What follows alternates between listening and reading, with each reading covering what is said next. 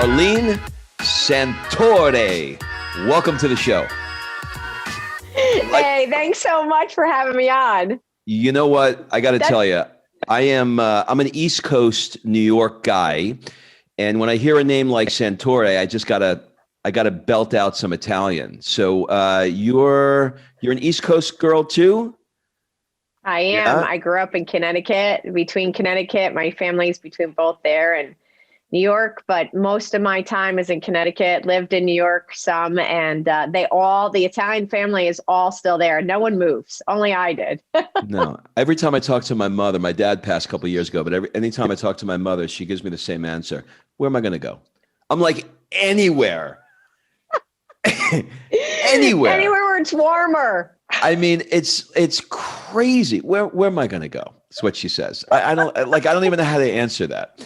But I would suspect that being an East Coast Italian, this whole COVID thing has perhaps put a damper on those Italian hugs and kisses that you're used to being around. Yeah. Very much. It's almost literally like I have lost a limb being able to not being able to hug people. And even with their masks on, I still go up and I'll go and hug some people. I'm like, oh my gosh, I'm sorry. It's just so natural. And in all honesty, truly, people need physical touch too. So lack of being able to hug people and connect with people, that's just a challenge in itself. Yeah, for sure. I mean, we're living in a weird world right now. I just came off of doing 4 months, about a year ago, doing 4 months living actually in Italy. We lived in Florence. It was like a bucket list goal. And that's awesome. Yeah, it was incredible.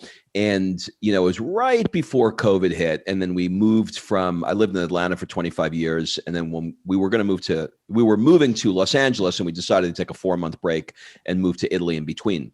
And when we got here to Atlanta, COVID had just hit.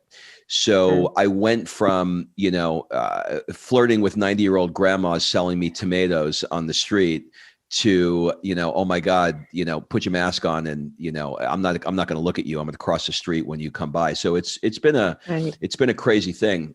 I'd like to start off while we're talking about family. I'd like to start off by talking about your mom. Your mom had a strong impact on how you see the world, and she was a giver, right? As most Italians are. Whether she gave a free haircut or a cheer to cheer somebody up. Could you maybe add some color to that portion of your story with your mom? Sure. So growing up in Connecticut, I grew up, my mom was a barber. My dad was a tool and die maker. We didn't have a lot, but my mom was someone that literally would give to everyone. I mean, she was always looking to serve, and we joked around. She would buy these trinkets, which we called tchotchkes, and she was always giving like these little things out to everyone. I'm like, Mom, they're like dust collectors. But you know what? Now with her gone, people kept so many of those little trinkets, or what we call tchotchkes, and they loved it because my mom always thought of someone, and she would be someone that she would get tips, from being a barber, and then she'd be at the Dunkin' Donuts line and she'd be tipping the person at the cashier window when she needed that money, or she'd be hungry. She's eating a sandwich. Someone else is hungry near her. She's giving the other half of her sandwich away. I mean, she would go without so someone could have something. And that's what I watched my whole life, which then, pay it forward, overseeing the pay it forward movement for our country. That was just something someone reached out and asked me to do, but I'm saying that in the sense of it was just a way of life. That's how it found us. And I have to tell you, she just passed a little over a year and a half ago. Her funeral was standing room only. This is a barber with no social media, really. It's packed. I mean, congressmen were there.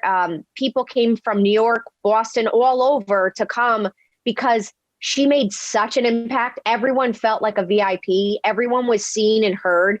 And the world needs more of that. And she was always giving. And so for people to really want to have a rich, full life, that is so much the recipe of it, which is really looking to see how we could lift others up and building community, because that's what she had. She had community. So when she went through tough times, people were there for her because she was there for them all the time. Why do you think that we don't operate, and we'll stay in America, we sort of collectively are more self-centered and more focused on our needs than the needs of somebody that's in front of us? So like, where do you think that that sort of stems from? I think part of it is some of the stuff that we're sold that we watch, which is this dream of accumulating. So it becomes monetary. And that in order to get there, from whatever shows you might have watched, the things that impacted your subconscious about how you get to the top, what you're going to do to get there, which means you got to think of you first. And this mentality that comes from me centered versus we centered. And then what do we find? So many times, it's great to accomplish goals. It's great to have such achievement, but not at the cost of someone else. All tides rise together really does really mean all tides rise together. We could collectively do this. So I think there's just been this way prior to seeing that it's got to be worrying about me and getting to the top, and then I'll worry about you once I'm there. And so but I do believe that is shifting right now. And I do believe that people's hearts are starting to shift. And we've seen more kindness happen in various ways during these tough times. And I know that's not what many people see in the news, but I do want to remind people that there are really good people out in the world doing some really good things that care about each other and that would be willing to come together to help serve someone. Yeah, I mean, it's an interesting place we're in. I was on the phone this morning with Italy because we're going to go back for a month at Christmas next year. We're booking a place in Florence. It can't get enough of it. And, the conversations that I'm having with them there about, businesses being affected and, people wearing masks and COVID and everything, I live in LA, and it almost feels like the same conversation here. So you're right. We're in this weird place now where we are collectively as a world starting to shift into a different level of thinking. I mean, I don't know if it's a spiritual thing. I don't know if it's just, some weird happenstance. I don't think that there's any accidents, but it's certainly interesting how it's all happening, isn't it? It is. And everything ends up,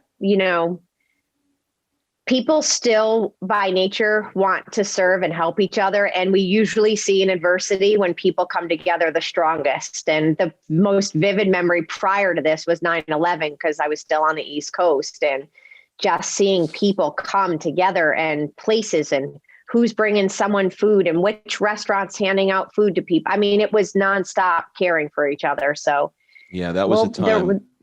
Yeah. I remember my dad, when he was alive, he went down to help during that time. It was a crazy, crazy period. But to your point, I remember the day after that happens. That day was impactful, no question, right? It was like, where were you when Kennedy was shot? We remember that. Yes. But the day after, the world was different. I mean, tangibly different. So I want to talk. I have chills right through my arm. You talk about that because I feel it. Yeah. You remember, right? It was like, it was, God, it was crazy. So when you were 16, I'm taking you down memory lanes. Just a few years ago, you were 16. Your grandfather had a stroke. Which sort of lit the fire for you to become an OT, occupational therapist. Maybe you can tell me a little bit more about sort of how that story and the story with your grandfather led into OT, and then maybe you can talk about what happened when you were 25. Okay.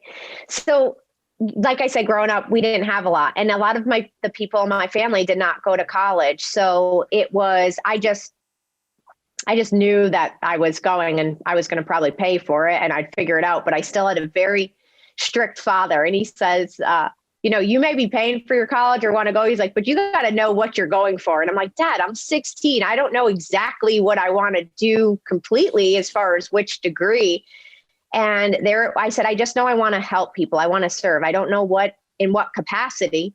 And my grandfather ends up having a stroke right after we're having this conversation. He's in the hospital. And that's when an occupational therapist comes in his room and starts working on his vision as well as his cognition. and trying to help him with his daily activities, but really based around some vision therapy, some cognitive therapy. And she was looking at him holistically. She was looking at the whole person on how to get him to move forward.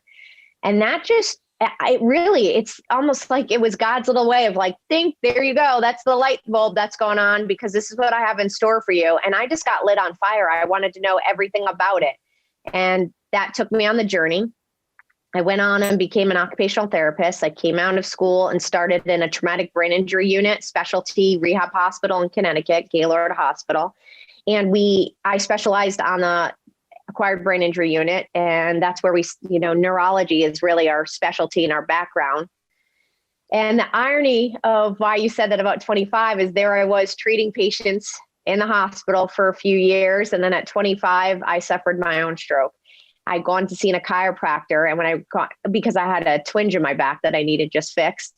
And unfortunately, it just happens. It can happen, but I went, and when they manipulated my neck, they ripped the vertebral artery in my brain, and I didn't know I was bleeding, and it left a blood clot in my brain. So I thankfully didn't have any paralysis. I did have some visual disturbances and balance and things like that.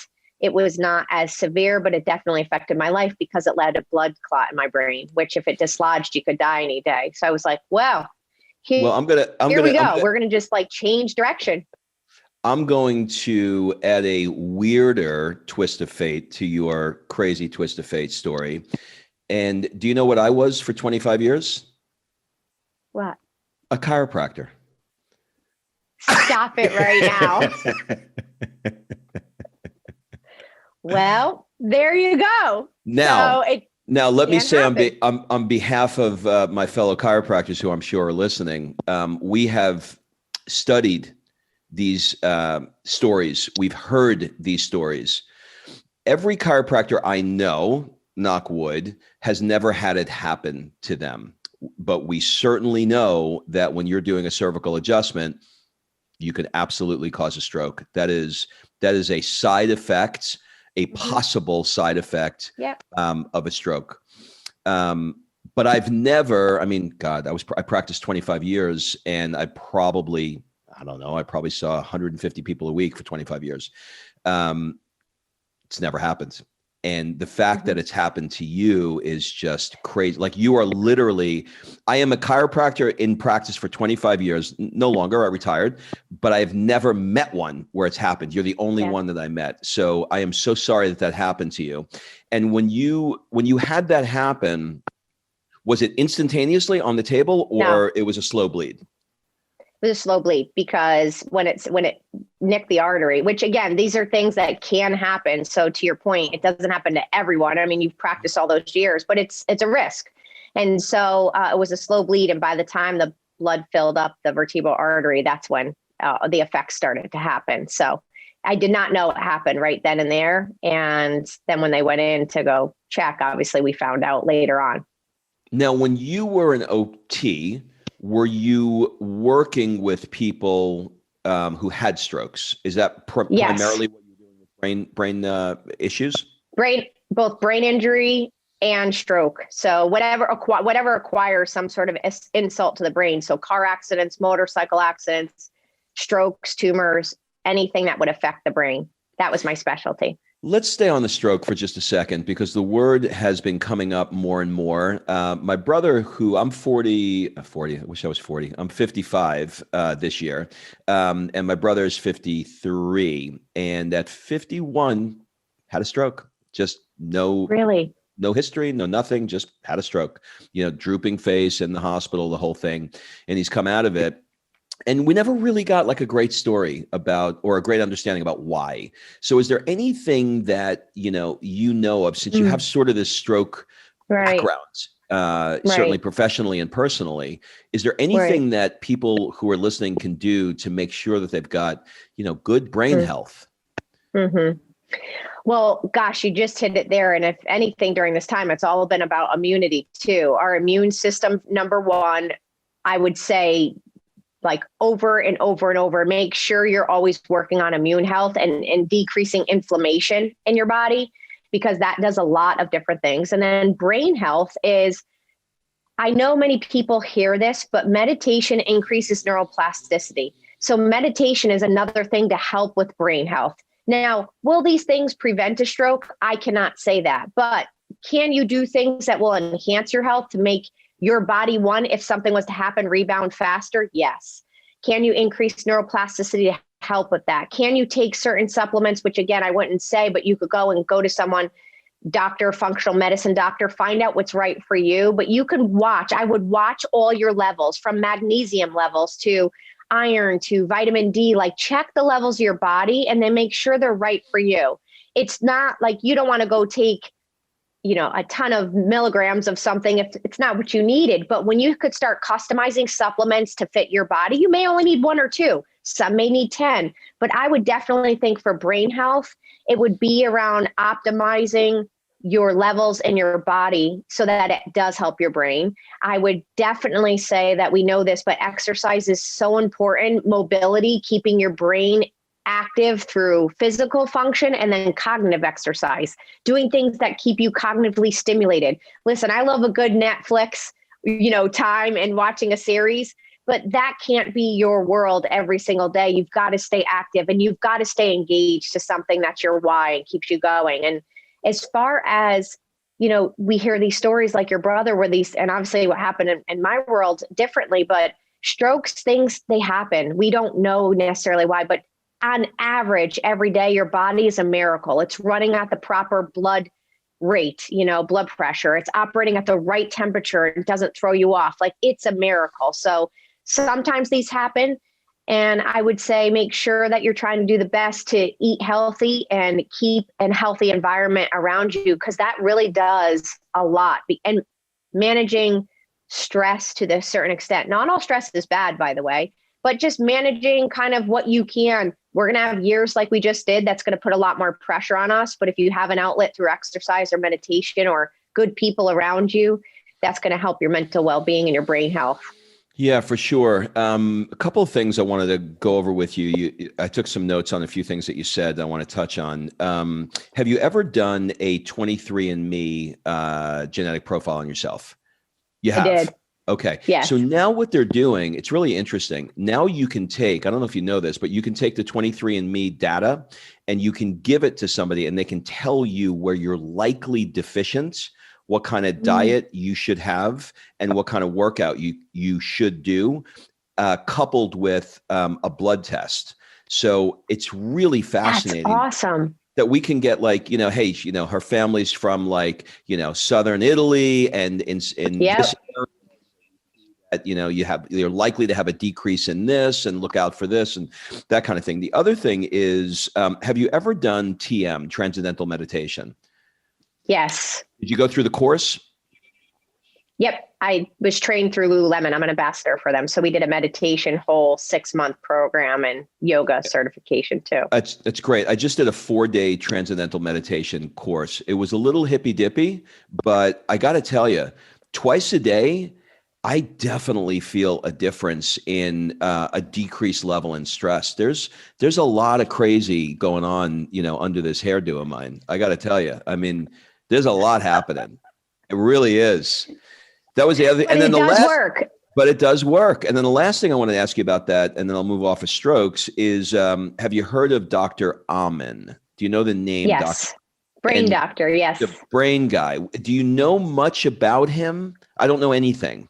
But I know he's the go-to guy, at least on social media, for this. Yep. I would say there's him, and there's a lot of other places too that specialize in these brain scans. And so there are really good centers. I can't remember the name of one in Colorado. There's Dr. Amen, and there's another center in California that I can't remember the name right now. But the whole thing is that these brain scans at least will start to let you know what is going on in the brain. And then obviously, providing supplements that you can then follow up with. So you're getting a little bit of an advantage of knowing if there is something that warrants attention, they would see it rather than waiting until something happens. So I know that it's a bit pricey, but if someone does have the opportunity and can do it, it would be optimal to just have it in your kind of health review journey that you'd want. And think of it as preventative medicine. Yeah, it's interesting because the thing that I battle most in this area is alcohol, specifically wine. I Yeah. love wine, and I know I'm Italian, I love wine. My mother's name is Cecilia DeVito and her family's from Naples. So, I love it. yeah, I got that. I had, her brother was Guido DeVito. You came, if you were behind them, all you saw was knuckles in a Cadillac behind you. It was unbelievable.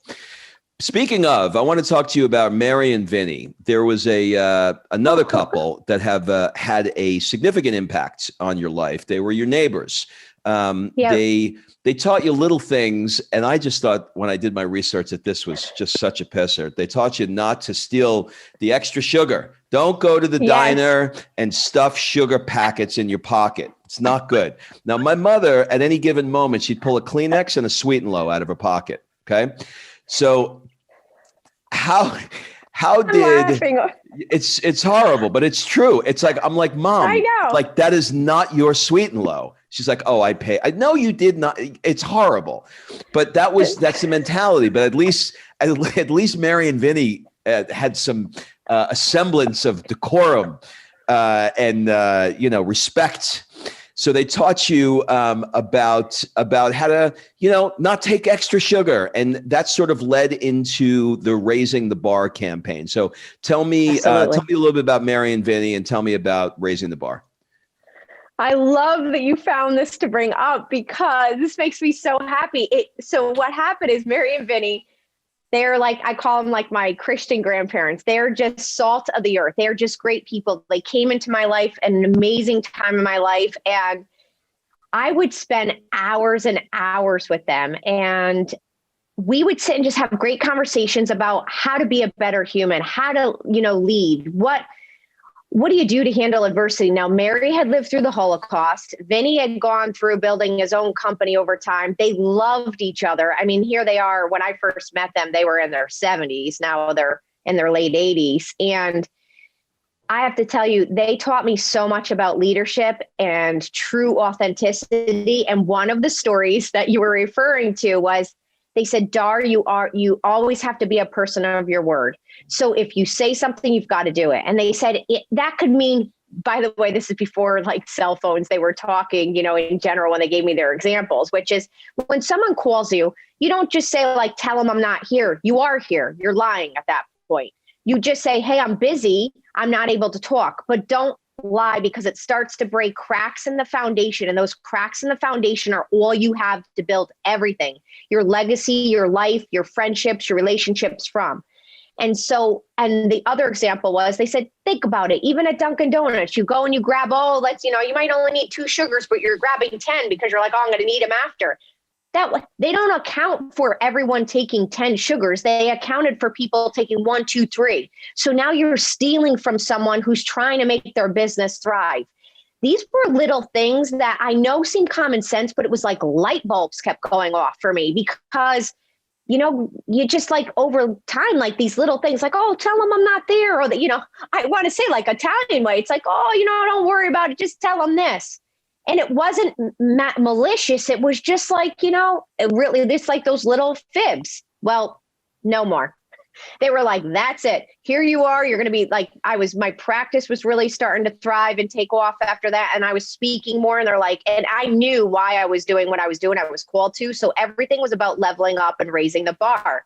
It literally became the campaign, which stands to this day, about how we raise the bar in life, which my whole career is really based on helping people level up in their mindsets, level up in how they live, level up in their leadership. Like, you don't want to be the person that, because when you walk in, you lowered the bar for everyone because of how you acted or did something. You want to be where you raise the standards. Kobe Bryant, Michael Jordan. And in a different way, the other Michael. Yeah, right. Different. And yeah. So here's the thing. We want to be people that elevate the space, elevate the standard, help people be as optimal as they can, because we need more of that. And we need people to be really, where does pain come from? Pain comes from, first, no one's perfect, but people say something and then they don't do it. They're not a person of their word. So, and again, this is not about perfection, it's about progress. But when you know someone's truly authentic and they trip up, you're much more willing to like come alongside and help. And also as a leader, no one's going to be perfect, but if you know authentically who they are, they're going to help continue to be able to raise the bar and keep the standard going. But someone's got to set the standard, and it's got to be us. And it starts with the little things, because those little things make up your character and who you are. And if you can be trusted in the little things, you're trusted in the big things. Because when I'm around someone and I hear someone just keep breaking down someone else constantly, well, that's part of their character. That must be what they are, because that's their common language all the time. So you got to elevate the conversation. You know, it's such an interesting thing. These little things make a difference. They really do. It like, you know, what's the big deal if you steal some sugar or some sugar? Like it's, you know, you could justify it in your head and blah, blah, blah. But it goes to character, and it goes to sort of you aligning yourself with the principles and the values that you want to move forth in the world. I was in, a friend of mine is very wealthy. He's just sold a company for $200 million. Crazy. He's got a lot of money. And we were in Cabo at one of the events I did, and he was telling me that he's getting tighter as he's getting older. And so I said, I just got this mobility course. There's a few things in the course. I'll send it to you. And he said, no, don't send it to me. And I was like, why? You're not going to do it? He said, well, I'm probably not going to do it, but that's not why I don't want you to send it to me. I said, why? He said, because I don't want you to buy this guy's course and then you send it to me for free. He said, yes. And I said, well, I wasn't trying to steal anything from him. He said, no, I know you weren't. He said, I just don't want the karma. And it was so benign. It was so little. It was just a little video of a stretch, but there was an integrity associated with it that I never forgot. And I was like, oh, that's interesting. Perfect example of that and integrity, because we are all of those decisions. We really are. A friend of mine was coming over to help put a TV, mount on my wall, and realized that it wasn't going to work. So he said, hey, you know what? We only need 2 of these screws in here. We actually don't need this whole mount with what you have. So let's just keep these screws and we'll return it. I was like, what? No. I was like, absolutely not. We can't return it with 2 less screws. He goes, they're the extra ones, Star. They don't, I'm telling you, they don't even, these are the extra ones. I was like, we cannot literally return something that does not have all its parts in it and have kept it. I just, in good conscience, can't do it. And he just laughed about it. It's really, really interesting. Okay, so I want to talk to you a little bit about the kind of work that you've been doing beyond occupational therapy, which, by the way, is you no longer do that, right? It's still occupational therapy, just in a different way. I'm not in the hospital, but I'm still meeting people in the occupation of where they are, whether it's the hockey arena, a basketball court, a boardroom. Our job as therapists are to help people meet them where they are in the occupation of their life and help them thrive. So yes, I'm still doing it. That's interesting. So you've created sort of a new, I don't know, a new paradigm, a new dimension to how you were practicing under the umbrella. You're still practicing as an OT, but you're looking at it through a much different lens than you looked at it initially. Interesting. All right. I want to talk a little bit about the Phoenix Suns. You are living in Arizona. Is that right? Okay. So you've worked with the Phoenix Suns. Now you're working with some of those athletes, both on the court and off the court. Maybe you can talk a little bit about some of the challenges that you're helping them with. Obviously, keep as much discretion as you need to, but personally and professionally, we think about people helping ball players on the court, and it's about, how they can get faster and stronger, but you're also working with them sort of off the court, which affects on the court. So maybe you could talk a little bit about that. Be the mental conditioning coach for the Phoenix Suns, and now I coach in all leagues, so the NHL, the NFL, MLB, and NBA. And in that, the reason for that is because, well, a couple of things. Number one is that just because you turn pro doesn't mean you have all the skills and know what to do to handle one leadership, to handle the pressure of it, the life situations of it. And it puts a mental pressure besides just the game on your life. And it's hard to just figure out how to navigate that without sometimes having an outlet or someone you could talk to about it. And so that's number one, helping them with just navigating all of this from the mental side. Then there's the mental pressure of the game. You know, when you start to get to this level, you have really good talent, which got you there. But then what becomes the differentiator is the mental side of it. And helping people with their mental edge and being able to stay in mental flow becomes another aspect of how I help people be able to navigate their game, whether it's basketball, hockey, football, whatever it may be. So from my standpoint, I'm helping them on their mental well-being, their life skills, and leadership. Because I used to run, you know, as part of being an occupational therapist, I also went back to school for business and helped run companies. So I mixed leadership, science, and psychology together to create this practice that I do. Because leadership is something that as you grow, you have to move up another level in leadership, and then the pressures that come with it. And there are a lot of things that people don't realize when you're in this world in pro sports, that life still happens, and the world just assumes because you have all this money and because of who you are that it's a piece of cake and everyone's taking care of stuff for you.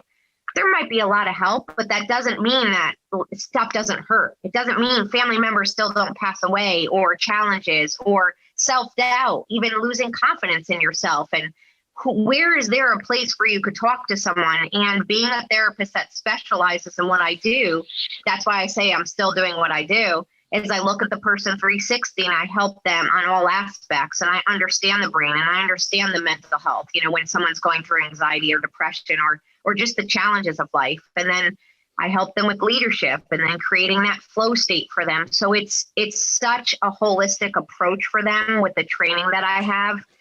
That's really been not only see these guys be able to thrive in their sport, but it is honestly such a joy to see them thrive in their life, because that's really where I see such a ripple effect. Because if they could have that and really do extremely well in their sport, then that's them really thriving. And the ripple effect for that is going to be really good for a lot of people. Why sport? Why did you shift into the world of sports? What was it that attracted you? In that when I started my practice, I started coaching people, and people just started coming to me because I was speaking for free on mindset, and I was speaking for free when I left my healthcare world, that I was helping people in healthcare, and I wanted to get people to be able to shift their mindset. I started after the whole recession in 2008 when I started my own practice. So I saw people losing literally their mental faculties and wanting to give up. And I was like, I just help people overcome the most extreme odds out of coma. Then I've gone through helping people in companies, multiple companies, and that was extremely in its own stress in its own way. It's like, we've got this. Like, I just have to help you shift your mindset. I promise you, we've got this. And remember, mental skills and having someone help you with your game and your sport, and even top CEOs, it wasn't talked about way back then. So people would start to come to me privately. You know, Dar, I heard that you're helping with this. Do you think you could help me? I'm having some anxiety this. Or it might be an athlete saying, I've got to go give a public speech. You can put me on the court all day, but I don't want to go in front of people or go sit at a table at a gala and have to talk to people. That gives me anxiety. Then I might have a music artist that came to me and say, hey, I'm having struggling with this. Could I talk to you? But they didn't have a place to go. So it really just started to build from there, and privately had been helping people. And then that grew. And then it just it's been word of mouth for all these years now. By the way, speaking of word of mouth, nothing makes me happier than to hear call and talk and coffee. That has been a long time. 25 years in Atlanta. I've missed somebody saying, I'm going to call you. I'm going to call you up. It's been a while. That's beautiful. You have not lost one bit of your beautiful accent. So we were I was at a party recently in Arizona, and I ran into a mutual friend of ours, Lindsay Schwartz, and we were just chit-chatting about things. And she said, I have a friend that has a friend in every decade. And I said, a friend in every decade. And it was one of those things where she sort of like knocked me out of like the chit chat of a cocktail party.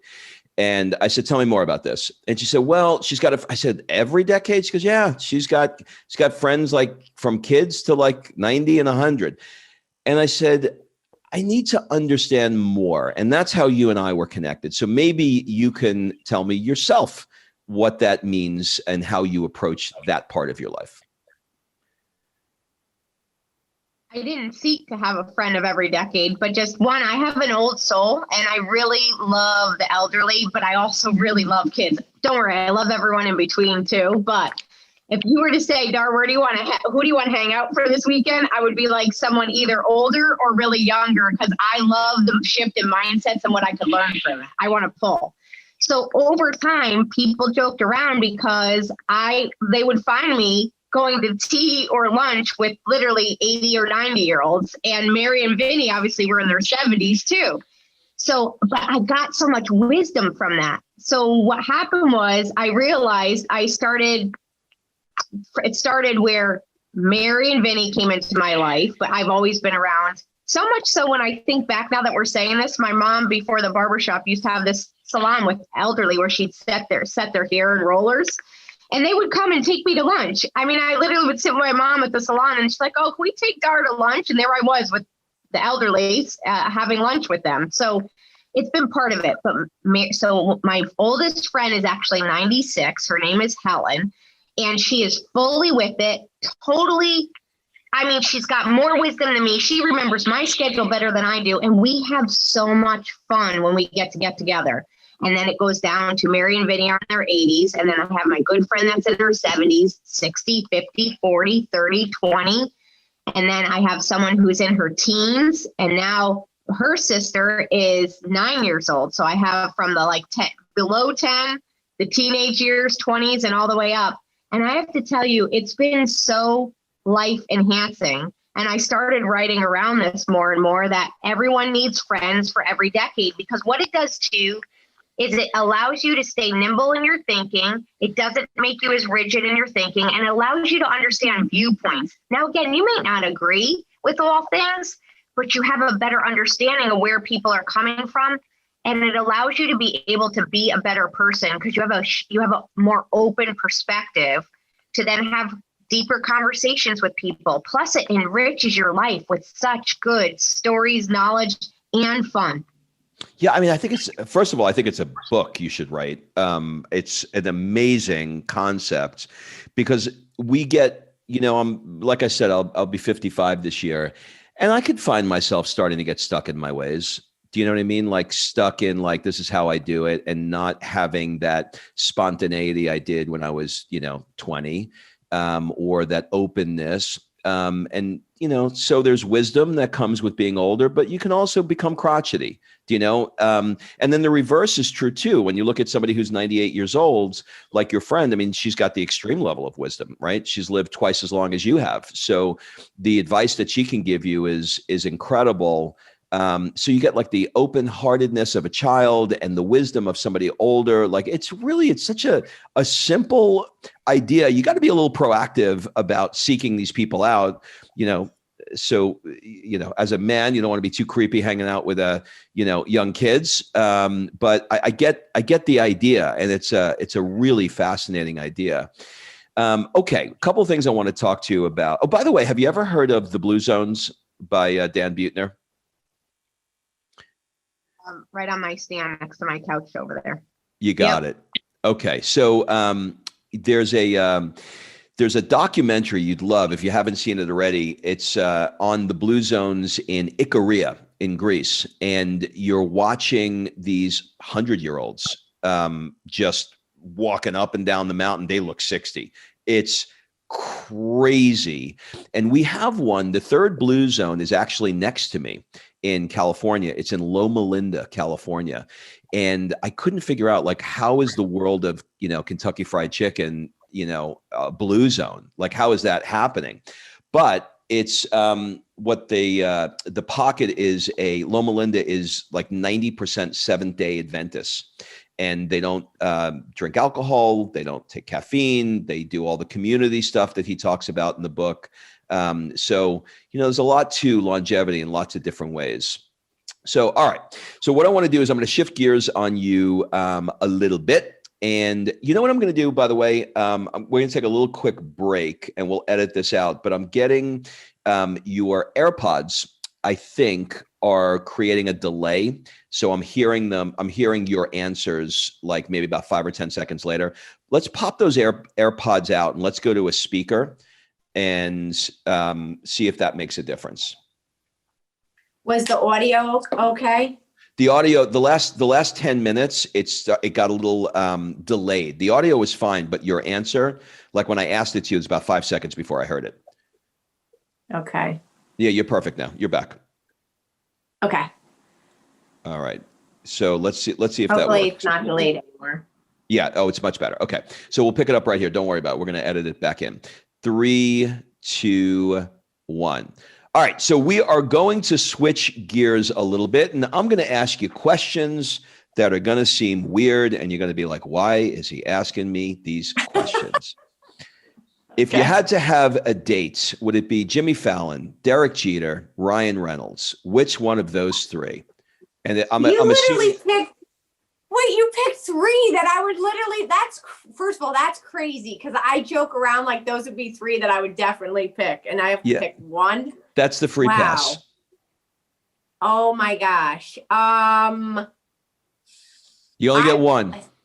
Okay. I love Jimmy Fallon. I love Derek Jeter. But I'm going to go Ryan Reynolds because he could be both funny like them. And then he's got I'm going to go Ryan Reynolds. All right. What's on your nightstand? On my nightstand, too many books. Number one, I have a lot of books on my nightstand. I have stuff lavender spray that I spray every night to help go to sleep, and blue blocker glasses, and a journal, and usually water. What do people often get wrong about you? What do they get wrong? So I think because people see me as like, if they're seeing me speak or something, they see like hype, big energy. I'm usually the opener or the closer and all that. But I had a professor say he came to see a speech of mine, and he says, you're this hype person on stage, but when people get to know you, there's so much depth, because when you're one-on-one with me, I could be the hype for you, but I get really kind of deep, and I love that quality one-on-one conversation, and it becomes like this calmness. And so people sometimes see like, oh, it's all the rah-rah, but there's this depth when I get that one-on-one time with people. And quality time is quality is my word for the year. Quality time is my love language. Like, I love that. And I don't know that people maybe don't know that if they first only just see me in the talks. Got it. What's the thing that you do that's hard as shit, really hard to do, but totally worth it? The hardest thing that I do now, but that's totally worth it. Mm-hmm. Hardest thing I do now.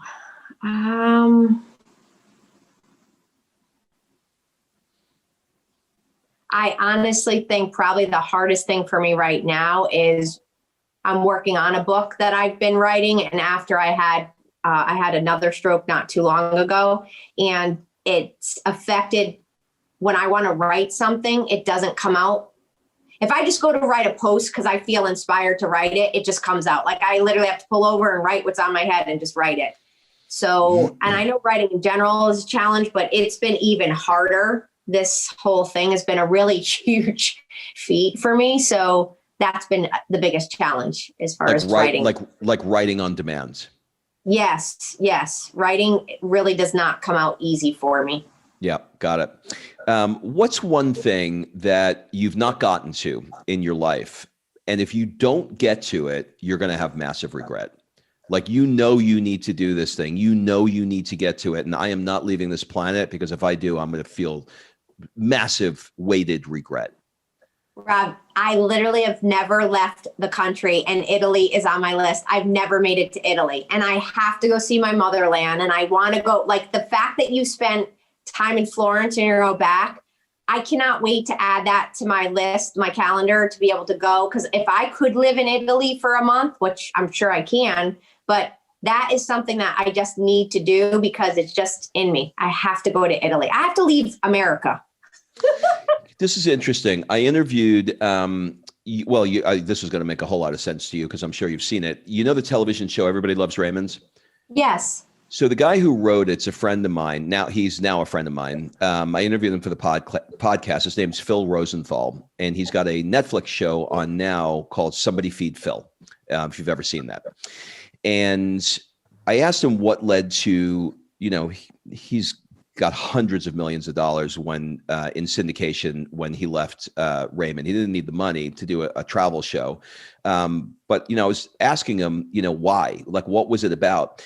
He said, well, in the episode with Ray, one year, I said to Ray, we got to take you to, I'd like to shoot an episode in Italy. And Ray said, I've never been to Italy. And he looked at him and he said, how can you have never been to Italy? He said, what do I need to go there for? Like exactly like my mother's answer, right? That would be my sister's answer. Right. What do I need to go there for? And he did some research and he found that 70% of Americans do not have a passport.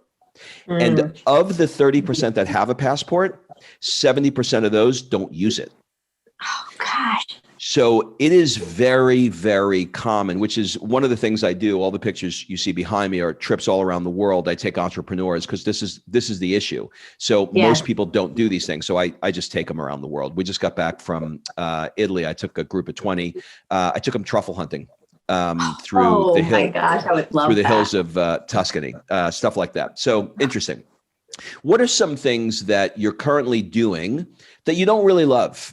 And you'd love to do less of this, but you're doing it and you're like, I don't know why I'm doing this. I should not be doing this. I should farm this out. I should outsource this thing, or I should stop doing it altogether. I don't love it. And I am regularly doing it. What comes into mind? Well,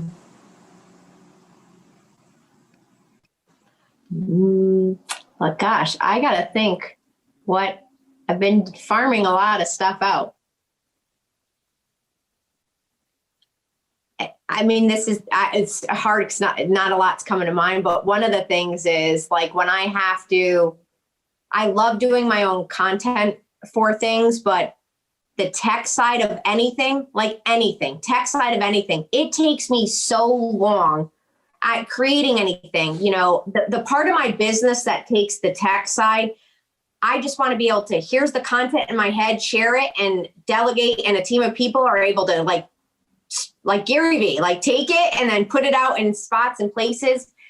That would be great because I know I could deliver more content, but I just need more help with that side of it. Cause I don't like doing any of that. I love systems. I just don't like creating the systems. And it really, as an entrepreneur, that is one thing that really holds me back.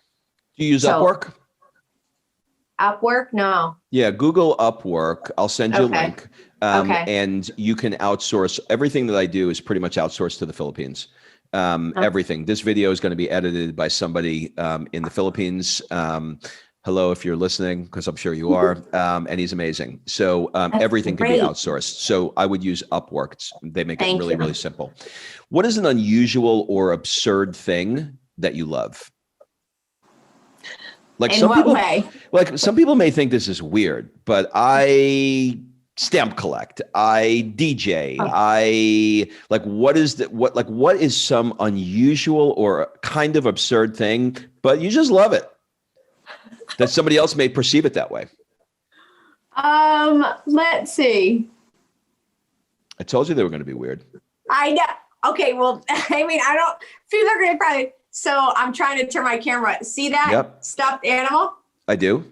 So that's Buddy the bear. But since I was a kid and helping people in mental health, stuffed animals help people kind of release. And I take stuffed animals and I bring them out sometimes literally all over. And I'll say, here, you need to hug this bear.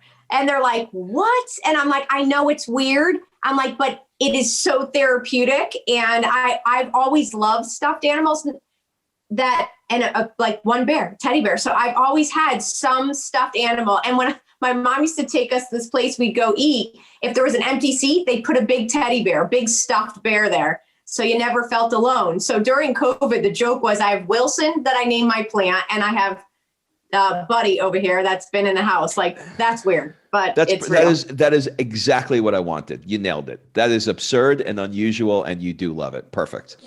Are there any opinions in the last few years, or it could even be further back, that you've substantially changed your mind about? You've shifted your position about? Like, for example, I saw an interview with Obama recently, and he said, in the beginning of my presidency, I didn't think it was right for gay people to get married. I just didn't. And then midway through the presidency, I said, I need to change my mind.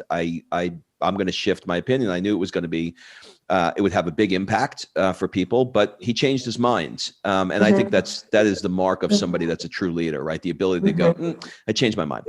So is there anything for you that comes to mind where, you had this one position and you thought about it and you're like, I know I'm right. But then later you went, no, I wasn't right. I think this way now. I can't think of like one actual position, but one thing I've noticed that over the past few years, especially, I've been really working on the unconscious bias. So when I see something or I see someone and it triggers me to stereotype a thought on the type of person, what they're like. I mean, it could be anything from, say you see someone with big spacers in their cheek, or say you see someone that's maybe dressed a certain way that makes you think something. I have really worked on leaning in more and being a therapist and talking to people. I generally do that, but I'm human. And so I've been practicing even on a day-to-day. I might, if it's in the supermarket, if I'm in line somewhere, someone that I might maybe just unconsciously, but consciously, it's like you see someone and it's like whether you'd have the conversation or not, I've really worked on going, you know what, lean in, because we know that we find commonality with everyone, no matter where or what they come from. And again, it doesn't mean we have to agree. It just means we have commonality. And I just want to make sure that I always remain as open as I can to hearing and experiencing what people are feeling and saying. And again, we may not land in the same place, but it's really been great because it's allowed me not to, one, keep judgment out, and two, just allowed me to actually love a variety more of people. So good. We do have these unconscious biases, and it's almost like we are, there's a part of it, you're right, that's conscious, but there's a lot of it that's just unconscious, where we're very tribal in that we want to put people into buckets, and we want to have people that have our views in our bucket and people that don't have our views in another bucket, which is why we're literally as a country pointing guns at each other. Right. Yeah. All right, I'm going to do a speed round with you. First thing that comes to mind, what would your friends say is one of your superpowers?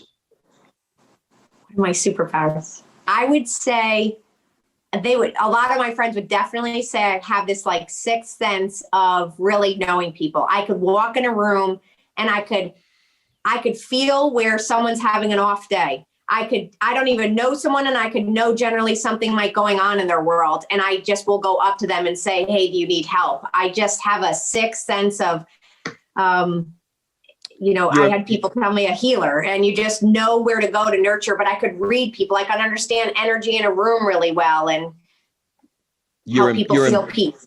You're empathic in that way. Definitely empathic. Yes. I like that. What do people never ask you, but you wish they did? Oh, that's a good one. What do I wish people ask me, but they never do? Let's see. I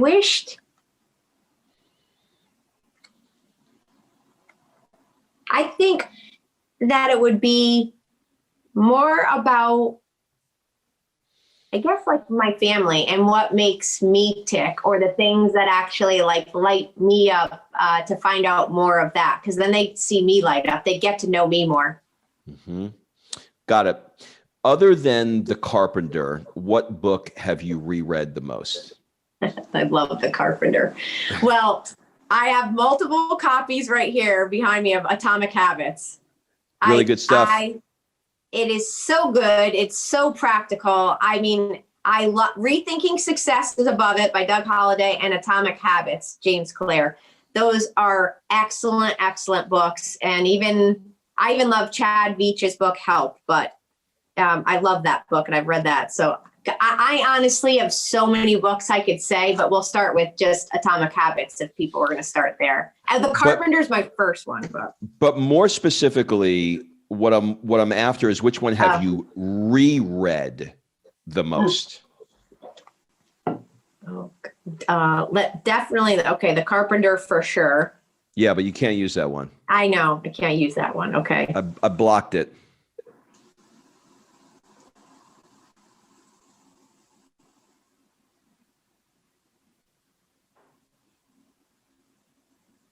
I have reread Atomic Habits, but not through all the way. I kind of pick and choose like art.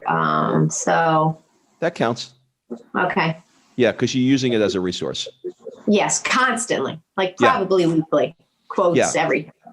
Love that. Okay, you're stimulating me to re-listen to that book again. All right, we're going to change things up in the remaining minutes that we have, and that is, what one question would you like to ask me?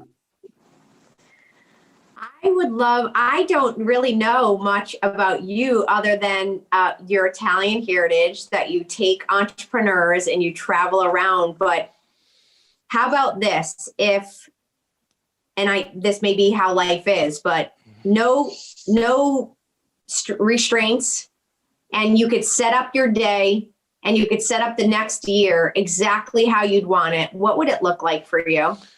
Well, it's a little bit of a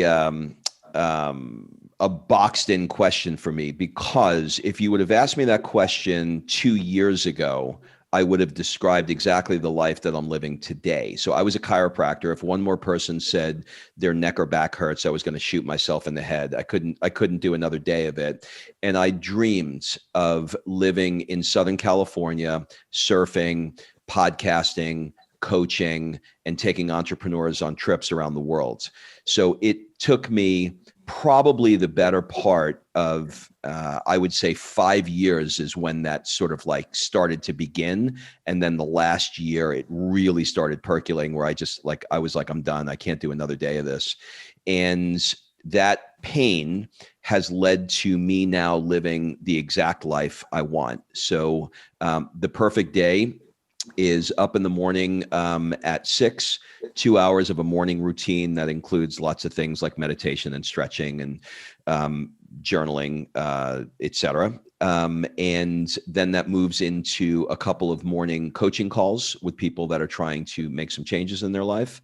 Then that moves into doing things like this, podcast interviews. And then I'm done by 1. And I hit the beach every day at 1 o'clock. And I am surfing, working out, skateboarding until 3 or 4. Back home for dinner. I have a 6-year-old. I know, 55 with a 6-year-old. That's another conversation. And I spend the evening with my wife and my 6-year-old daughter, Sophia, and we are doing every night, family game night, family movie night, and then do an hour of television with the wife, decompress, and go to bed and rinse and repeat and do it again. And I do 2 months a year abroad. 1 month we do in the Greek islands in the summer, and 1 month we do in Italy at Christmas time. So I am actually living the thing that I dreamed about living. So I can actually give you an answer that isn't a dream. It's my reality. And I don't really right now have much else that particularly striving for in terms of how I want my day set up, because I'm enjoying it and I love it, and I'm very, very fulfilled with it. Can I ask one more question? You can. What is a piece of life advice you would give from your life thus far and all the people you've met in the journey? But what's a piece of life advice you could share? I think it's two parts. I think the general answer to that would be do more of the things you love to do and less of the things you don't. I think we all spend way too much time living a deferred life plan. Like, when I get the money, when I get the promotion, when I get the blank, then I'll enjoy it. And tomorrow is not promised. We all are living in a world right now that certainly makes us see that. That'd be the first thing. And then the second thing is, quantify the cost of your dreams. So whatever the dream is, like our dream as a family is to have a villa in Tuscany and to have an oceanfront home here in California. And so we've got all of this vision of what we want. But it's not just a vision and a goal where someday it's going to be. We've quantified it. We know the villa costs $1 million. We know how much money we need to save over the next 10 years to be able to have the $1 million to put down on it. We know how much we want in retirement. And when you quantify it and you put it into a budget, that progress that you make every time you save a little chunk of it, makes you feel like you're making progress on the goal. And also your life is built around creating the business that creates the money to live specifically the life that you want, instead of, saying, well, someday, hopefully if God is willing, I'll have a villa in Tuscany. That's not how it works. You have a plan, you have a certain amount you need to save, and then you build a business, hopefully around something that you love to do it. So those would be my two pieces of advice. I absolutely love that. And especially that latter part of it, because otherwise it is just a dream and there is no plan to get there. You have to dream. You have to do both. You have to dream. But, one of the things that we did when we were doing this Dream Life budget, I looked at it and I was like, well, I'd love to have a Tesla. And then I said, okay, well, how much is that thing? And it was the one I wanted was 130,000. And I went, you know what? I don't want to save because I want to buy it cash. I don't want to save the $10,000 a month or the $5,000 a month for 2 years to buy that. I would rather take that money and put it into the villa, because the Tesla didn't mean as much to me. It was cool and it was nice, but it wasn't like I wanted. The villa in Tuscany is something that I'll knock through the wall to make sure that I get the money to do that. So it forces you to really dig in and say, well, what actually do I want to save this money for? And it makes it real. And there's, when you get that, there's a saying, clarity precedes momentum. When you get that clarity, then you get momentum. But when you're like, I want a Tesla, I want this, but it doesn't mean anything because you don't have an actual roadmap to get there. It gets very, every year goes by and you're like, well, I didn't hit that goal again. Do you know what I mean? And it gets very depressing. Yes. Well, go ahead. Last question. Florence or Tuscany? You have to pick. Florence is Tuscany. So Tuscany is a big region. Think of New York, and inside of New York, you have Queens, Brooklyn, Staten Island, and the Bronx. They're boroughs within it. The region of Tuscany has Chianti, Florence, San Gimignano, right? So there's all these different regions. Where people get confused by it is Florence is the big city in the region of Tuscany.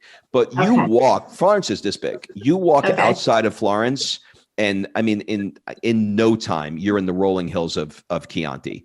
You're in Siena. It's just the big city. But to answer that question, it depends on, I know what you're asking. It just depends on whether or not you want to have a small city feel where you're in and quite literally an outdoor museum that you can walk through at 2:00 in the morning that will take your breath away.